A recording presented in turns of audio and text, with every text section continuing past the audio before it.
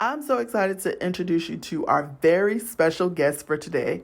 Her name is Tanya Fox, and after starting her very first business in 1998, Tanya quickly realized that entrepreneurship is in her soul and would be a lifelong passion. She has owned service, retail, and franchise businesses, still running three of them today.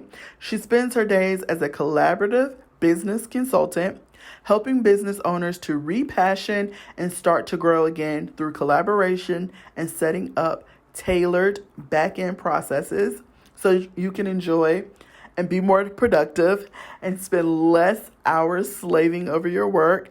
All of us need a Tanya in our life. She also spends her time speaking and recording her weekly Fox Talks business podcast. So without further ado, let's get right into this conversation. Hey, you guys, it's your girl Amber, and we are right now with Tanya Fox. Y'all have heard all about her. I literally can't believe we have the honor and privilege to talk to you today because we hype you up so much that now it feels so good to actually let people hear you. Yep. Yes. Hey, Olivia. Hey, what's up, y'all? I'm so excited to have, like Amber said, have Tanya back on our channel. We had her once before when we had a panel discussion, but it's so good to just have like this 2-on-1 conversation that we're going to have today about how awesome she is. So yeah, I can't wait to get right on into this thing. Yes. So, Tanya, how are you feeling? Because you're about to blow everybody's mind. Are you ready for that? Geez, I could just sit with you guys all day. Like, this is like the ego boost that you need to end your week with. This is amazing. Yeah, I'm such a huge fan. So it's weird to hear you talk to me about, like, you talk about me like that, because I talk about like that all the time about you guys. So it's like, whew, little starstruck there. Yes. So yeah, let the people know, because if it's your first time either watching our show or either hearing us talk about Tanya, can you let our audience know a little bit more about you and about your business? Yeah. So I actually started my first business like way back in 1998. Google was just starting to become a thing. So that's how long ago it was. It was really out of a need of, I was in the corporate world. My mom is worked in the government. My father was in the military. That's what you did with your life, right? And I tried it. I lasted just over a year before I sort of was like, so I've got another about 45 years before I retire, and this is going to suck my soul. Maybe we need to kind of do something different. And I really didn't have anybody in my family who was an entrepreneur. Like, I had the one uncle who like tried like every get rich quick scheme that was out there. So that was sort of what I knew business was like and entrepreneurship was like. So I really didn't have any role models, but I was very young. And I thought, I got this. Like, how hard can it be to open a business? Like, I can't, seriously. And so I opened my first business, which was a bookkeeping and accounting company, because that's what I had gone to school for. And I remember being like so excited. It was a Friday when I quit my job. And I remember that moment of like walking into my boss's office and being like, hey, today's my last day. I'm branching out on my own. And I was very fortunate that he was very supportive. Like, he actually said to me, I'm surprised it took you this long. Because I always kind of like bucked the rules. Like, I was like, why do we do it this way? Why don't we do it this way? And he's like, well, you're working in the government and we don't change things. So, and I remember that high, right? That high we all feel when, you're like, this is it. Like, I'm going to do this. This is what I'm going to do with my life. And so I was like on such a high, and I went out with my girlfriends and we toasted and we had like champagne and we partied. And then I woke up on Saturday morning and thought, what the hell have I done? I've left a good paying job with like pension and benefits and all of this stuff to do what? I don't know. Like, what am I going to do? And So it was like, it was really trial by error for a lot of stuff, which has served me well because I feel like I got a lot of the mistakes out early. Mm-hmm. And, but it was, from there, once I sort of started working the business and realizing how much was actually involved. Because I think that's sometimes we don't think, right? Like if you think of like the person who's like, I want to open up a bar so I can, sit and have drinks with my friends. And then you open the bar and you're like, oh, I'm kicking drunk people out. I'm cleaning washrooms. This is not kind of what I thought. And so I would have thought in looking back, I really would have thought that would have made me go, this is not for me. But I was like, ooh, I like this. I really want to do this. And so I decided that this is what I really wanted to do. I wanted to change from being just a business owner to being an entrepreneur. And to me, that was a big mind shift set because to me, a business owner is someone who has a business, works in it every day. They might, they definitely have, can make the decisions, but there's no growth there. They pretty much have, bought their own, bought a stable job. But when I was seeing entrepreneurs, they were like, how can I grow this? How can I focus this? How can I change this? How can I, keep learning? And I was like, that really excited me. And so I just kept opening businesses because I thought this is really fun. And it was then, when I had my first business, it was then that I really started discovering collaboration. And, I know we'll go into that, more later on, but it was really, sort of at that, realizing, that there was more to doing business than just trying to do it on my own and really delving into that loneliness. And now that I'm 23 years in, I realize that that's so prevalent for such a lot of people. And we forget, right? We constantly think I have to do this all by myself. And it's hard and it's tough. And I would love to say to all the listeners out there, after 23 years, I got this. I open a new business and it's great. But that would be like saying, oh yeah, I had a second baby and it was nothing. I just squatted, pushed it out and moved on. All the same stuff. Labor does not change. Opening a business does not change. All that stuff is still there. I think you just learn how to manage it differently, hopefully. I love what you said. I love all of that things that you said. But one thing that I want to kind of go back to, and it was opening multiple businesses, right? At some point in your business, like the first business you open, going into the second business you're open, there was a pivot.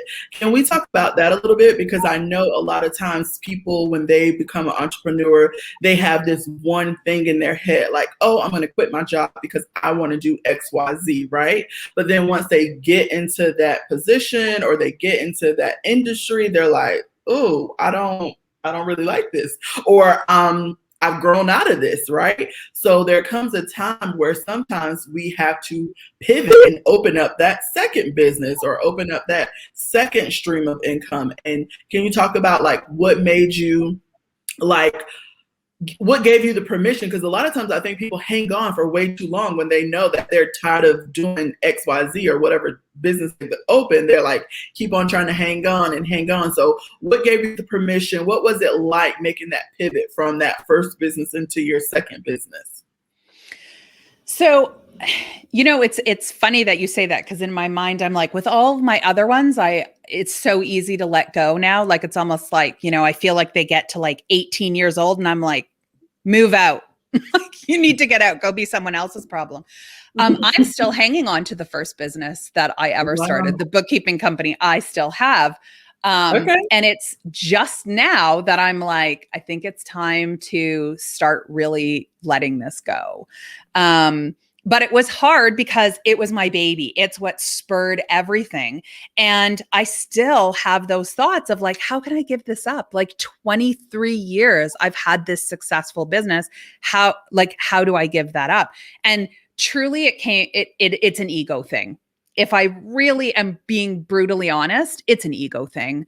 I don't want to give it up because it's fun to say I've had a business for 23 years. And then people go, you don't look old enough. And I'm like, well, thank you.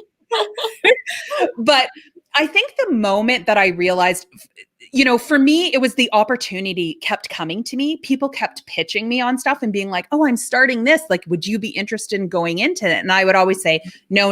Like, I can't do it. I already have a business. Why would I want another one? But the opportunities kept coming, and I needed to take a step back, and I started realizing, like, this is happening more than once, and I'm really feeling a pull, and I missed that excitement piece that we had talked about before. I missed that feeling of being like, it's new and it's shiny and I get to create it and I really get to mold it. And so I jumped in. Like, I was like, that's it. The next opportunity that comes to me, I'm like jumping in with both feet. It was a franchise business. So it was sort of like I felt like it was a really good fit because everything was set up, like the models, the manuals, everything was like in a nice little package. So I thought this will be really easy. Mm-hmm. But the one mistake that I have to say I made is I did not think about doing two things at once.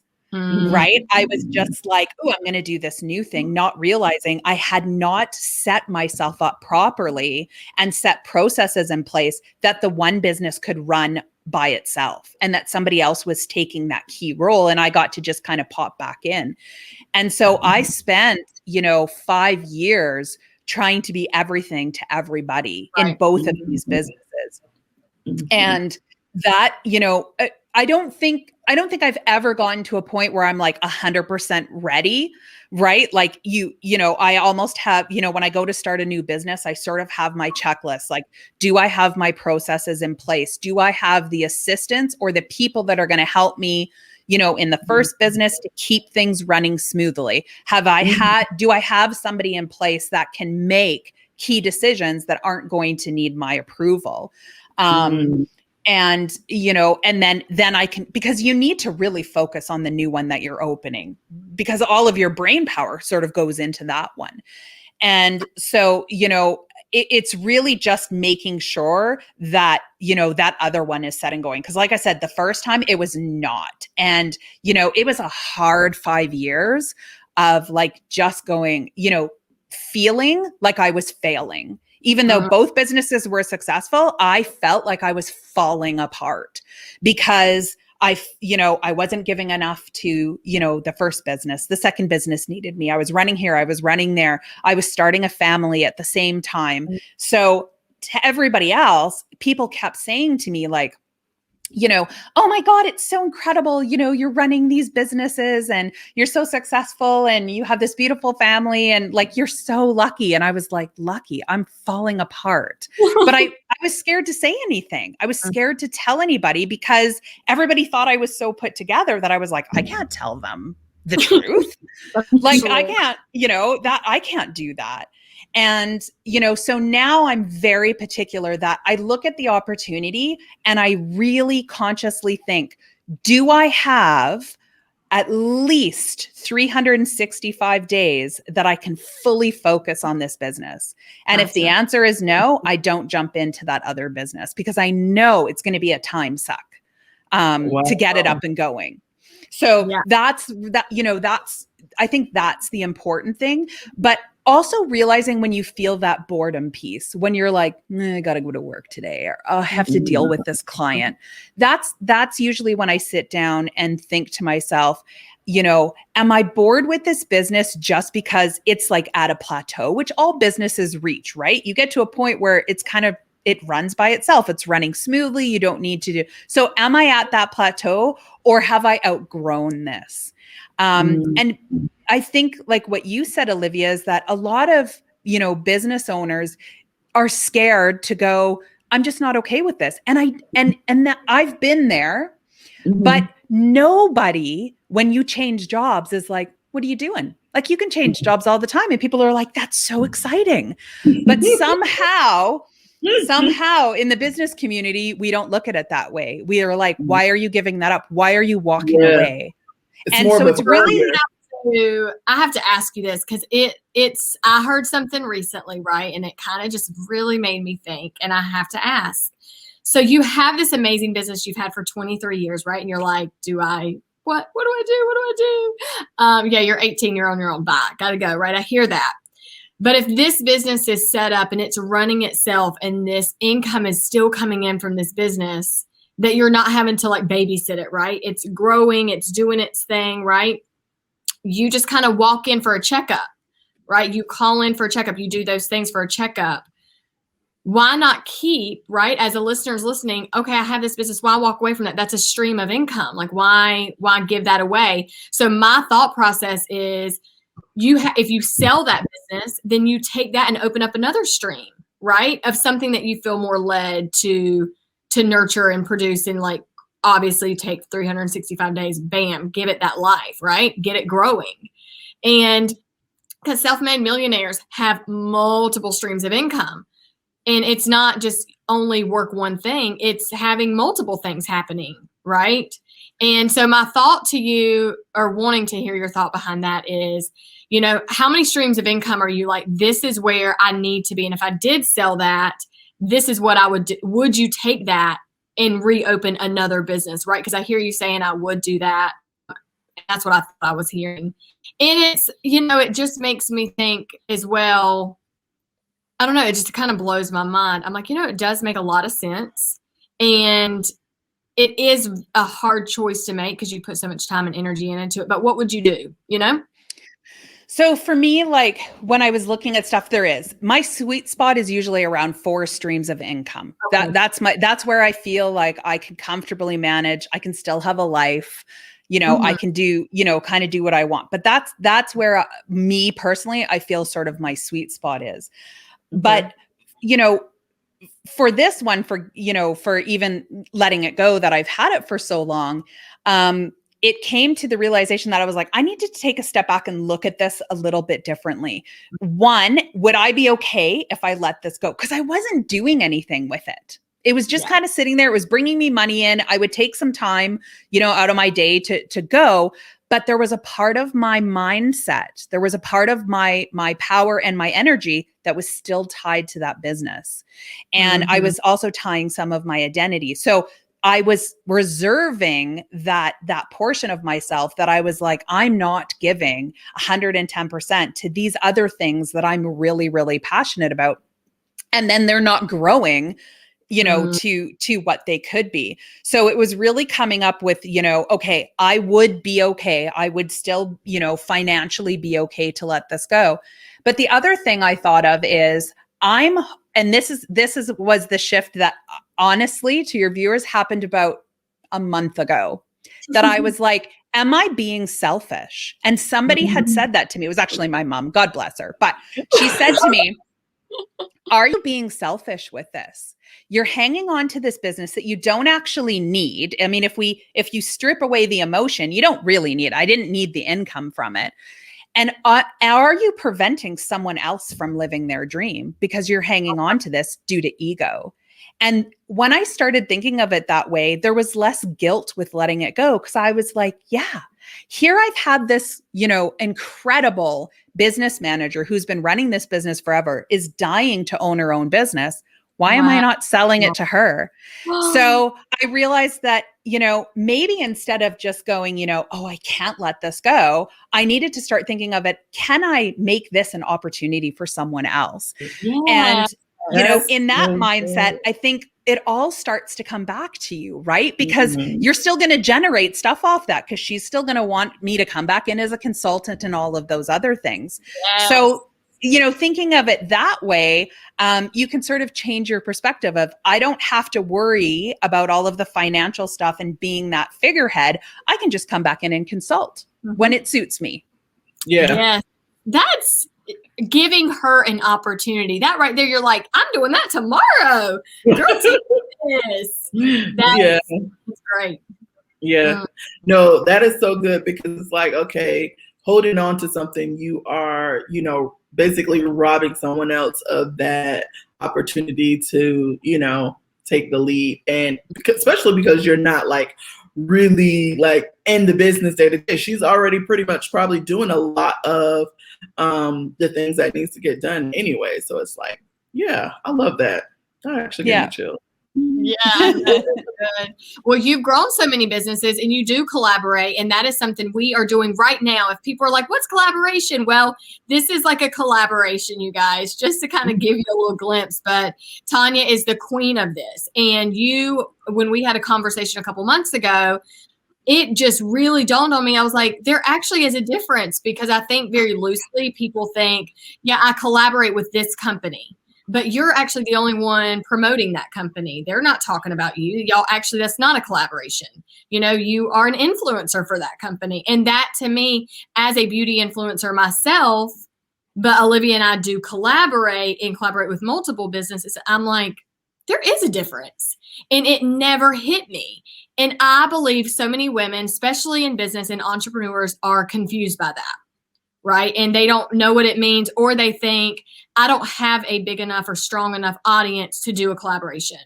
No one's going to want to do that with me. And that is something that you have said to us over and over again in conversation. And especially on the panel when we had that, you don't have to have anything big to start a collaboration, right? You just have to start it. And I mean, that is something that you did in the beginning. So if you can explain the difference and why it's important, because that leverage that's what makes the biggest impact on the growth. And by the way, I just have to tell you, Tanya, that blew my mind when you were like business and entrepreneur, the difference between that two. Every time we talk, I'm like, you know what? I actually haven't thought about it that way. But a business I just think of people that open up a business and they're running it every day. And then that they are the top, right? They open the business, that's them. The business can make more money, but you've kind of done it, right? How else do you pull into it? But the entrepreneurship is like, no, we can scale it here. We can scale it here. We can scale it here. Right? I mean, anyways, y'all, that it's a little deeper than what we think about, Yeah. For sure. So I think for me, sorry. No, just all about collab. I want to learn more about it.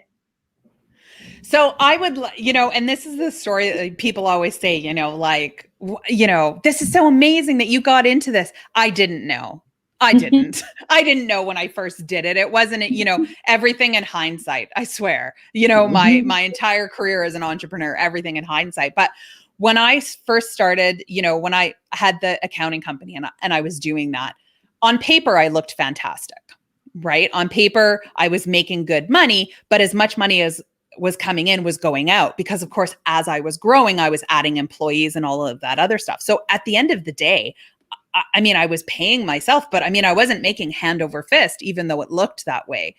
And I knew I wanted to grow, and I knew I needed to advertise, but I did not have, I didn't have the extra money to throw into a campaign to try to grow. And advertising was, newspapers then, it was, like I said, it was a long time ago. So it wasn't as easy as Facebook ads and stuff like that.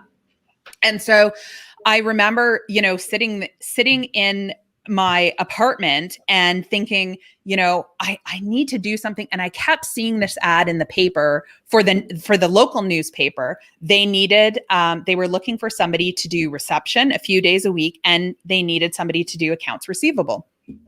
And I was like, I think this is a sign.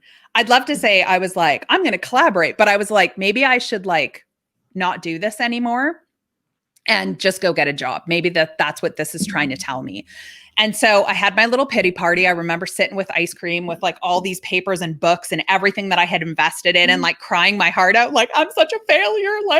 I have to go, after I told everybody I can do this, you need to start believing in me. Now I'm going to be no, it didn't work. And so I actually applied for, and I got an interview for the job. In my head, I was like, I'm just going to go and get this job. I need to make ends meet. Maybe this'll, maybe I'll be able to get some money. I don't know what I was going to do.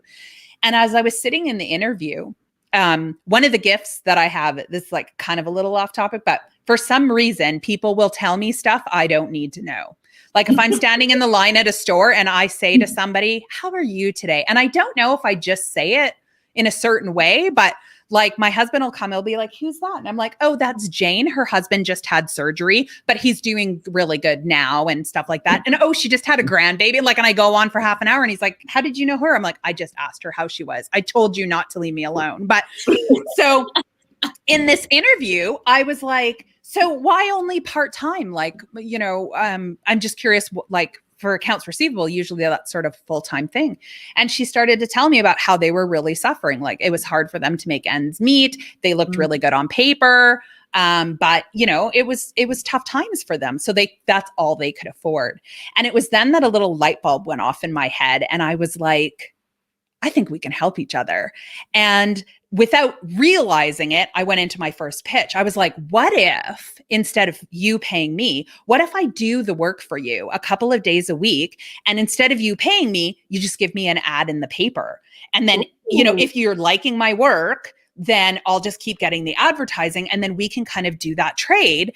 And then maybe if it's okay with you, if I could put you like as a client on my roster. And she was like, oh, I am all for this. And I was like, great. Well, that's great. Like we shook hands, I walked away and that was it. And I did not know that was a collaboration. Like I was like, but so we did that for about 6 months and it was working really, really well. They were really happy with my work. They loved it. My ads started getting bigger and bigger and bigger and bigger. And then eventually I was a half-page color ad because they were just like, we just love your work. And, anytime they were like, they had a blank space, they were like, we're just going to throw your ad in this blank space. And I was like, yes, absolutely. And so it wasn't until I was like, okay, now we're going to get like a bigger office space. I was like, I need like a bigger office space. I need some signage. Like, how am I going to do this? And that's when I started to realize maybe I had can I repeat what I did with the newspaper and maybe like kind of work with someone else and get sort of something for nothing? Like, I'm wondering if I can keep trading this stuff. Yeah. And so I actually went to the library and I started looking this up. And that's when I came across, and I'll never forget I remember opening this book and right in the beginning, it said collaboration, one or more persons or businesses working together to achieve a common goal. And I still remember it. I was like, that's what I was doing. I was collaborating. Oh my God, this is awesome. Now I actually have a word for it instead of going, you want to give me something for free? That was my whole pitch thing. And so I thought there's got to be something to this. And, that mindset sort of went, and I was like, okay, like, let's see what we can do. And I realized I needed to start asking people more about like, what's going on with your business? Like, what are you struggling with?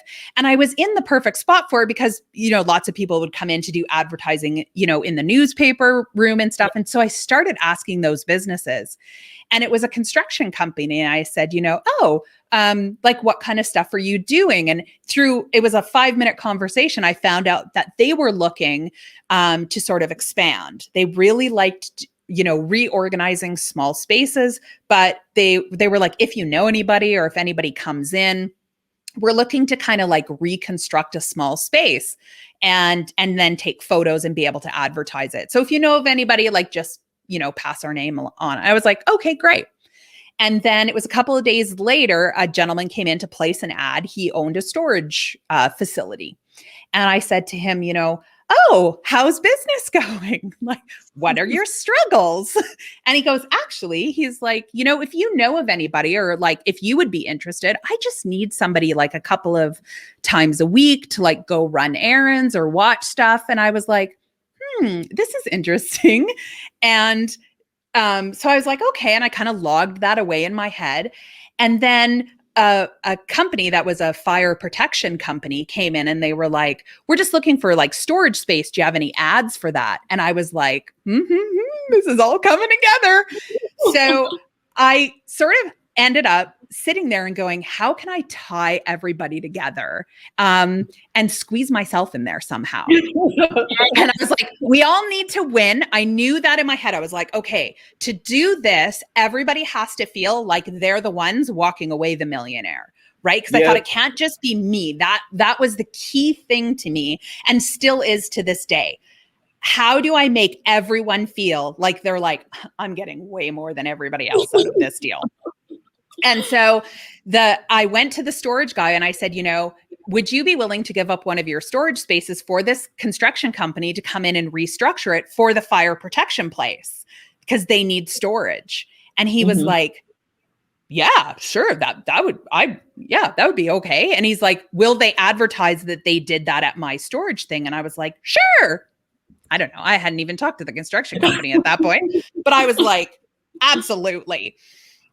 So like, I know this is like a long story long, but what I ended up doing was the construction company, helped the fire protection company create a storage space. Because the storage guy was so happy that he was getting free advertising, he was like, I have like this huge office. Do you want to share it with me? And I'll give it to you at half price. If when you're here, if I go run errands, can you just watch the counter? And I was like, in my head, I'm like, here's where I'm getting more out of the deal. I'm like, I get half off on my rent and you go like a couple of times a week and I just have to take a payment on your debit machine. I'm like, yeah, this is a good deal. I'm like, sure, absolutely. And so we ended up doing, this collaboration all together. And it worked out really well. And so I started really assessing it, like what really worked. And so what worked well for me is, of course, I sat with the owner of the, of the storage company. And I said, I feel like I'm gypping you because you're giving me like a 50% decrease. And I'm literally watching your place like maybe 2 hours a week. And he said, yes, but the thing you don't understand is that if I were to have to hire somebody, I have to hire them for so many hours, which means I have to find them work. So in the long run, when I do the math, you're actually saving me a lot of money. Yeah. So to me, and this was the biggest thing when I did a collaboration, was listening to what the other person says they need and what they want from you. Because sometimes you might go, that's really easy for me to do, right? Like that takes me 5 minutes to do what you're asking. But that other person is like, that would take me 16 hours, 2 bottles of wine and some chocolate. And I still would not get it done, right? So it was really keeping that perspective of sometimes when we're trying to collaborate with somebody, we think like they want this thing from me, but that's not worth it. But it's not what you think it's worth. It's what whoever you're working with thinks it's worth. Because what's easy to you is worth a lot to somebody else. So in that example, to him, having me there that he can just get up and leave, he doesn't have to schedule anybody. I was there from like 9 to 5 every day. Like he could just be like, hey, I'm heading out, was worth that half rent, that he was missing out on. So it was realizing I have to change my perspective and realize that I need them to put the worth on it, not me. Oh, man. Good. I mean, literally, that is so good. I feel like, Amber, I don't know about you, but I'm feeling when she was talking that, like, that's literally our whole existence. That's literally, like, our whole existence. Like, what Amber is great at, I'm not great at, and what she's great and what I'm great at, she's not as great at. So it's like, that's why we work so well together. That's why we've been able to build this, amazing collaboration. So when you're talking, I'm like, I mean, that's really it. It's like, how much would you save? Like, I hear that all the time when people are like, even for me, I do design work and people are like, oh, I can do it. I'm like, just let me do it. It's going to take me literally 5 minutes. You're going to be calling me like 60 times to get it done. I'm like, let me sign in. Let me just do it. Cause it's, it's going to take me no time. So, it's so important to know like the value you can bring, but also the value that, what you can do is going to be worth to someone else. So, yeah. And like I said, like this wasn't anybody I knew. Now, of course, I always say, start with somebody, start with somebody else who has a business. It doesn't need to be, people always think, well, I'm doing a collaboration, it has to be this big, huge thing. Like it has to bring all this money in. And it doesn't. It can be something as simple as those influencers. That's what they're doing. They're like, look, I have an audience. I'm going to give you a shout out. You're going to have access to all of this stuff, right? Yeah. Podcasting is the biggest thing of that, right? Podcasting is like the mecca of collaboration. It's like, I'm going to come onto the show. I'm going to give you all of my knowledge and you're going to share it. with your audience and stuff. And so it doesn't need to be super, super big. The easiest collaboration to start with is, one that I call a trade collaboration. So you're literally trading services. So if we take like the most basic, like even if you take me, I was trading my bookkeeping services for ads. So it was like an even trade. It was like, this is how much my services would cost. Can you give me that in the equivalent of ads? And those are really easy to do. I do it with my cleaning lady. My cleaning lady was like, you do books? Would you do my books? And I'm like, will you clean my house twice a week instead of once a week? And she's like, yes, I will. And I was like, we are done, lady, right? Deal. But to her too, she was like, I feel like I'm gypping you on these services. But to me, I'm like, if you were an actual client walking through the door, I'd probably charge you more, but I know it doesn't take me super long. It's so easy for me to do your stuff. And I'm like, but the value of not having to do that anymore was worth way more than my services. So, it's really thinking, and I usually tell people, write down on a piece of paper all the stuff you don't like to do. Like whether you're just like, I just don't really like to do this, or whether you're like, I suck at this and I don't want to do it. Make that huge list. And then make a list of all the stuff you like to do personally or professionally. Sometimes my collaborations have been with stuff that have nothing to do with my business. It's just stuff personally that I like to do. So write that list down and then go through the list and be like, what of all of these things that I like to do, would I be willing to do for someone else? Because I'm really good at vacuuming. Like, I lift furniture and I move furniture and I like dust with my vacuum and I love it, but I'm not willing to do that for other people. I'm not going to do your house. Thanks. Yeah. I'll do that in my house, but I'm really good at folding laundry and making it look like it came out of a store. I don't want to do that for other people. Right. So it's really going down and going like, what would I be willing to give, to somebody else? And then when you find somebody that you're like, I really want to work with that person, sometimes it's just like, I really want to work with you. How can we work together? Like, and just let the ideas flow. It could be, just doing a sale promotion. It could be, I've done collaborations where I went to a furniture store. I had a retail store, and I went to a furniture store and I was like, I have this like 12-foot front window and I am struggling to fill it.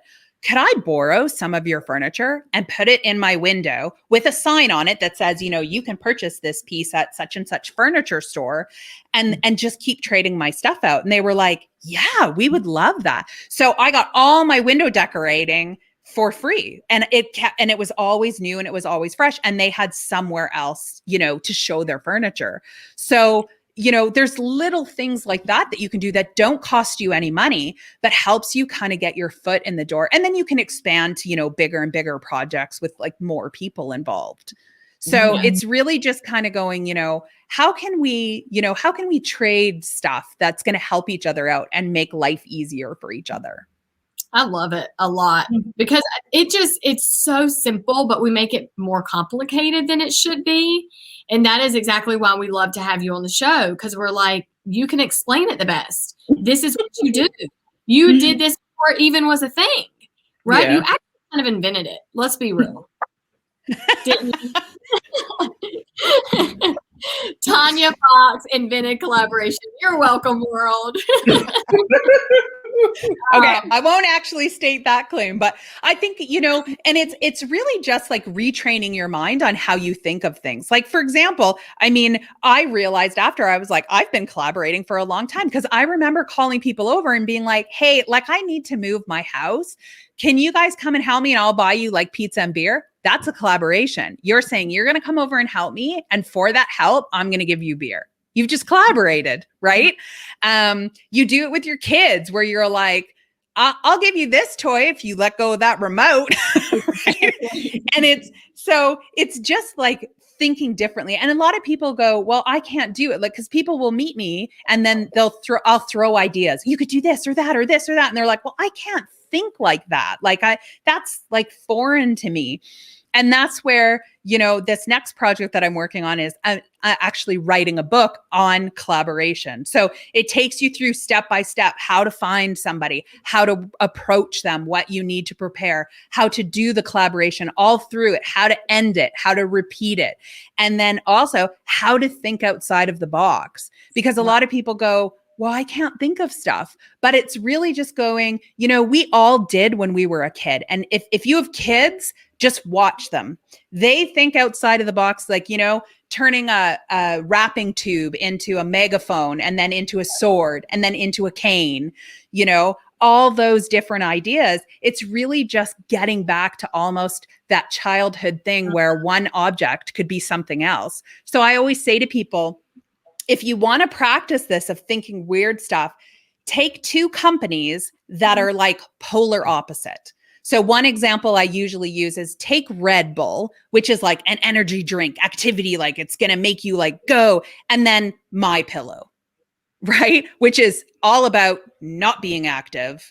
Yes. Like sleeping, right? And try to think of ways like, how could these two work together? Right. And so some people are like, and I'm like, just think of different ways. For me, like off the top of my head, when someone threw that at me, I was like, well, I would have like a commercial where Red Bull will keep you going all through the day, but then My Pillow will let you sleep so you can relax and take on your day again, right? Like it's just thinking, take two opposite companies and how can you make them actually work together? And I find that really helps to spur ideas in people's heads, because you are going, these two companies would never work together. Like, how can we get them, you know, to figure it out and to work together? Oh, that's everything. I shared that story the other day with our RSR Cycle 3 women or Cycle 2 women. And I was like, but Tanya says it a lot better, you guys.